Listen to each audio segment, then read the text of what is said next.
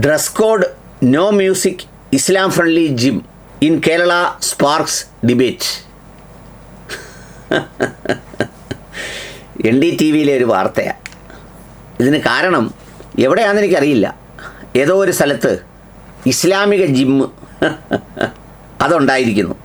അപ്പോൾ അതുണ്ടായപ്പോൾ അതൊരു സവിശേഷമായ സംഗതിയായി അതിനെ മറ്റൊരു തരത്തിൽ വ്യാഖ്യാനിച്ചുകൊണ്ട് സംഘപരിവാറുകാർ രംഗത്ത് വന്നിരിക്കുന്നു.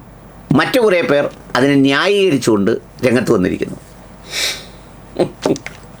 നാടൻ ഭാഷയിൽ മനസ്സിൽ വരുന്നത് പറയാൻ സാമൂഹ്യ മാധ്യമത്തിൽ അല്ലെങ്കിൽ ഈ ചാനലിൽ പറ്റുന്നില്ല.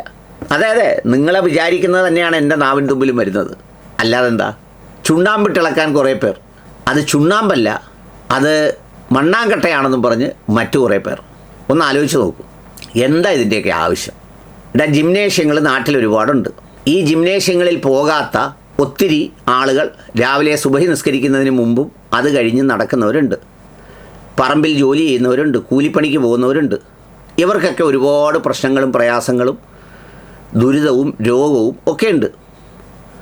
ഇനി എവിടെയെങ്കിലും ഒരുത്തൻ ജിമ്മ് തുടങ്ങുമ്പോൾ അവിടുത്തെ കണ്ടീഷൻ എന്താണെന്നുള്ളത് അവനവിടെ വരുന്നവരെടുത്ത് പറയുകയോ അല്ലെങ്കിൽ അതിൻ്റെ ഏർപ്പാടുകൾ ചെയ്യുകയോ അല്ലെങ്കിൽ അവൻ അവിടെ ഇടാതിരിക്കുകയോ ഒക്കെ ചെയ്താൽ ഈ വരുന്നവർക്കൊന്നും പ്രശ്നമൊന്നുമില്ല. ഇതിന് സവിശേഷമായ എന്തെങ്കിലും തരത്തിലുള്ള ഒരു പബ്ലിസിറ്റിയോ മറ്റേതോ കൊടുത്ത് ഈ നാട്ടിൽ മുഴുവൻ ഒരു കലഹവും കലാപവും ഉണ്ടാക്കുന്നതിന് കുറേ മനോരോഗികൾക്കും വായ്നോക്കികൾക്കും ഈ വിദ്വേഷവാദികൾക്കും കൊണ്ടുവന്ന് അണ്ണാക്കിലോട്ട് വെച്ചു കൊടുക്കുന്നതിന് വേണ്ടി മെനക്കെട്ടിറങ്ങേണ്ട വല്ല കാര്യമുണ്ടോ ഇതിലൊക്കെ? അതാണ് അതിൻ്റെ ഒരു കാര്യം. എന്ന് വെച്ചാൽ നമ്മൾ ഇന്നത്തെ ലോകത്ത് അല്ലെങ്കിൽ ഇന്നത്തെ കാലത്ത് ജീവിക്കുമ്പോൾ നമുക്ക് വേണ്ടത് വേണ്ടത്രയും വേണ്ടതിനോളം മതി. അതിനപ്പുറത്ത് വേറൊന്നും ഉണ്ടാക്കേണ്ട കാര്യമില്ല. ഇപ്പം ഇത് എല്ലാം മറച്ചുകൊണ്ട് വരുന്ന, പർദ്ദ ഇട്ടുകൊണ്ട് വരുന്ന, ജുബ്ബായി മുണ്ട് കൊടുത്തുകൊണ്ട് വരുന്ന ജിമ്മെന്നൊന്നും പറഞ്ഞാൽ എല്ലാ ജിമ്മുകളിലും വസ്ത്രം ധരിച്ചുകൊണ്ട് വരുന്നതിന് അവർ ഫുൾ കൈ ചില നിർദ്ദേശിക്കുന്നവരുണ്ട്. സ്ത്രീകൾക്ക് മാത്രം ടൈം വെച്ച്, അതിനകത്ത് പിന്നെ വേറെ ജാതി മതമൊന്നും പ്രശ്നമല്ലല്ലോ, സ്ത്രീകൾക്ക് മാത്രം ടൈം വെച്ച് പ്രവർത്തിക്കുന്ന ജിമ്മുകളുണ്ട്. സ്ത്രീകൾക്ക് വേണ്ടി മാത്രം എക്സ്ക്ലൂസീവായിട്ടുള്ളവരുണ്ട്. രാവിലെ മുതൽ 10 മണി വരെ പുരുഷന്മാരും പിന്നെ 4 മണി മുതൽ മാത്രം പുരുഷന്മാരും, ഇതിനിടയിൽ സ്ത്രീകളും പ്രവർത്തിക്കുന്നതൊക്കെ ഉണ്ട്. ആ സോക്കേടെല്ലാം ഉള്ളതിൻ്റെ പുറത്താണ് ഈ ഒരു പുതിയ സോക്കേട് കൊണ്ടിറങ്ങിയിരിക്കുന്നത്. അപ്പോൾ ഇതിനെ സോക്കേടായിട്ട് കാണാതെ ഇത് വലിയൊരു ന്യായീകരണമായിട്ട് ഇതിനെ ഹദീസും ഖുർആനും ഒക്കെ വെച്ച് വ്യാഖ്യാനിക്കാൻ കുറേ പേർ. ഇപ്പം സിനിമയിൽ പോലും ഉണ്ടല്ലോ ഈ ജിഹാദി പ്രയോഗവും മറ്റു സംഗതികളുമൊക്കെ. ഇനി മറുവശത്തോ, പണ്ട് തട്ടമിട്ടുകൊണ്ട് പെണ്ണുങ്ങൾ പള്ളിക്കൂടത്തിൽ പോയപ്പോൾ എന്തിനാ തട്ടമിടുന്നതെന്ന് ചോദിച്ചപ്പോൾ അത് ഇടാത്ത പള്ളിക്കൂടം ഉണ്ടല്ലോ, ഇടുന്നിടത്തോട്ട് നിങ്ങൾ പോകണം എന്നല്ലേ എല്ലാവരും പറഞ്ഞത്. കള്ള് കുടിക്കുന്നവൻ കള്ള് ഷാപ്പിൽ പോവും, വെജിറ്റേറിയൻ ഫുഡ് കഴിക്കുന്നവൻ വെജിറ്റേറിയൻ അവിടെ പോവും, ബീഫും മന്തിയും കഴിക്കേണ്ടവൻ അതുപോലുള്ള കടയിൽ പോവും. അല്ലാതെ എല്ലാവരും ഒരുപോലെ ആയിരിക്കണമെന്ന് നിങ്ങൾ സോക്കേട് എടുക്കേണ്ട കാര്യം എന്തോ? ഇതിൻ്റെ മറുവശത്ത് നിൽക്കുന്നവന്മാരുടെ കാര്യം ഞാൻ ചോദിക്കുക.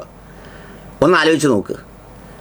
അവൻ്റെ ഇഷ്ടമാണ്, അവൻ അങ്ങനെ ചെയ്യുന്നതിന് നിയമപരമായി നിരോധിച്ചിട്ടില്ലെങ്കിൽ അവൻ അങ്ങനെ ചെയ്തോട്ടെ, അവൻ്റെ ഇഷ്ടമാണ്. ഇനിയിപ്പോൾ ഒരാൾ പരസ്യം കൊടുക്കുക, ഞങ്ങളൊരു ജിമ്മ് തുടങ്ങാൻ പോകുന്നു, ഒരു വസ്ത്രവും വേണ്ട, മുഴുവൻ സമയം പാട്ട്, ആരും മുണ്ടുടുക്കാതെ വരുന്ന ജിമ്മ്. പണ്ടൊരു വലിയ നേതാവിൻ്റെ പേര് ഞാൻ പറയുന്നില്ല, അദ്ദേഹത്തിൻ്റെ മകൻ്റെ കല്യാണത്തിന് എല്ലാ നാടൻ വിഭവങ്ങളാണെന്ന് പറഞ്ഞു. ഒരു കാട്ടിൽ കയറുന്ന പ്രതീതിയാണ്. കിഴങ്ങ്, ചേമ്പ്, ചേന ഇതൊക്കെയാണ് വെച്ചിരിക്കുന്നതെന്ന് പറഞ്ഞു. നാടൻ പാട്ടുകളുണ്ടെന്ന് പറഞ്ഞു. കഞ്ഞി കുമ്പിളിലാണ് കോരി കുടിക്കുന്നത്. അങ്ങനെയാണ് അദ്ദേഹത്തിൻ്റെ കല്യാണമൊക്കെ സെറ്റ് ചെയ്തത്. ചിലർക്കൊക്കെ അറിയായിരിക്കും, ഞാൻ പേര് പറയുന്നില്ല. അപ്പോൾ ഈ പറഞ്ഞ ആളിനോട് ഞാൻ ചോദിച്ചു, അങ്ങനെയാണെങ്കിൽ അത്രയും ഒരു ആദിമ മനുഷ്യൻ്റെ സെറ്റപ്പിലാണെങ്കിൽ കയറുമ്പോൾ തന്നെ ആ മുണ്ടുടുപ്പൂടി ഞുരിഞ്ഞേച്ചങ്ങ് കയറ്റാൻ ഞാൻ എന്തായിരുന്നു എന്ന് ചോദിച്ചു. അപ്പോഴല്ലേ അതിൻ്റെ ഒരു ഫുൾ സംഗതി വരുള്ളൂ. ഈ കാട്ടിൽ താമസിക്കുന്ന പോലെ അത് ഓരോരുത്തരുടെ ഇഷ്ടമില്ലയോ? ഇനി ഒരു കാര്യം ചെയ്യുക, അതിന് പകരം വേറൊരിടത്ത് അങ്ങനെയല്ല.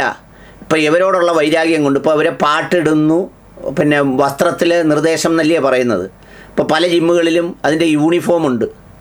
നമ്മൾ പിന്നെ ബ്രില്യൻസിൽ പഠിക്കാൻ പോകുമ്പം, പണ്ടൊക്കെ പഠിക്കാൻ പിന്നെ കോച്ചിങ്ങിന് നീറ്റിൻ്റെതിന് പോകുമ്പം ഇഷ്ടമുള്ള ഡ്രസ്സ് ഇട്ടുകൊണ്ടില്ലായിരുന്നു.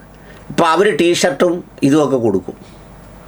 അത് ഓരോരുത്തരുടെ നടത്തുന്ന സ്ഥാപനങ്ങളുടെ താല്പര്യമാണ് അതിൻ്റെ കോഡ് എങ്ങനെയായിരിക്കണം, ആ കാര്യം എങ്ങനെയായിരിക്കണമെന്ന്. അതിന് പകരം വേറൊരാൾ ഈ വൈരാഗ്യത്തിന് മാറി തുടങ്ങണം. ഞാൻ പറഞ്ഞ പോലെ ഒട്ടും തുണി കൊടുക്കണ്ട. നിങ്ങൾ നോക്കിക്കോ, എവൻ്റെ അടുത്തെങ്ങും ആരും പോകത്തില്ല. ഈ പാട്ടും കേൾക്കണ്ട, ഇസ്ലാമിക വസ്ത്രം ധരിച്ചുകൊണ്ടെന്നൊക്കെ പറയുന്നിടത്ത് ഒരു കുന്തവും പോകത്തില്ല. മുസ്ലിങ്ങൾ പോലും പോകത്തില്ല. പുറത്തോട്ടൊന്ന് മാറി തുടങ്ങി നോക്ക്. ഒട്ടും മുണ്ടുടുക്കണ്ട. ഇവിടെ വരുന്നവരാരും മുണ്ടുടുക്കാൻ പാടില്ല. 5000 രൂപ മാസം ഫീസും വെച്ചു. എന്നാൽ പോലും അവിടെ 1 മണിക്കൂർ കൊണ്ട് അഡ്മിഷൻ ക്ലോസ് ചെയ്യേണ്ടി വരും. പോയി ചായന്നെല്ലാവരും വേറെ എന്തെങ്കിലും പണിക്ക് പോകും ഇതൊക്കെ കളഞ്ഞിട്ട്.